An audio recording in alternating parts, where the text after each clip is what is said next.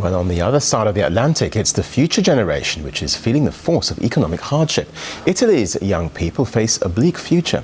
Millions of them are unemployed as the country battles to prevent itself suffering the same fate as Greece and Ireland.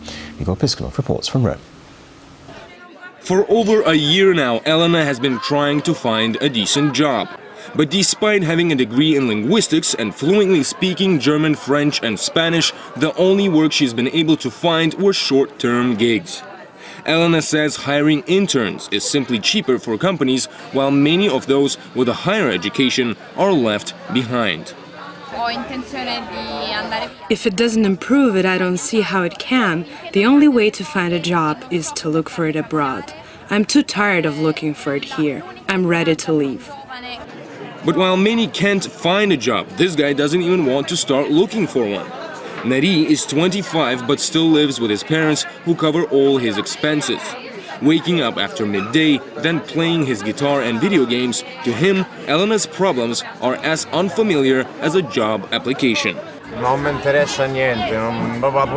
Work is boring. Neither do I care about politics or the economy. This is a free country and everyone can do whatever they want. Italy's National Statistic Agency calculates that 1 in 5 young people in the country is either unemployed or not studying. That's over 2 million people. So, with many unable to find long-term work and some not wanting a job at all, these statistics are quite grim. To such an extent, today's youth in Italy has been dubbed the lost generation, something totally incomprehensible to their elders.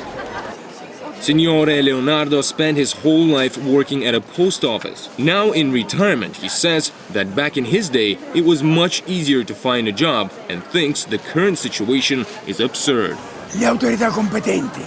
Youth is what life is there for. It doesn't matter why they don't want to work. What's important is that the government has to do something to provide work and make them interested. The head of Italy's central bank insists the entire economy is in need of a major legislative overhaul, especially since the young Italians who do get work are earning proportionately less than those during the 1980s, and production output is in decline. For one of the world's 8 biggest industrialized nations, the last thing it needs is a future generation that's floundering while finding a job or flunking out altogether. Igor Piskunov, RT, Rome.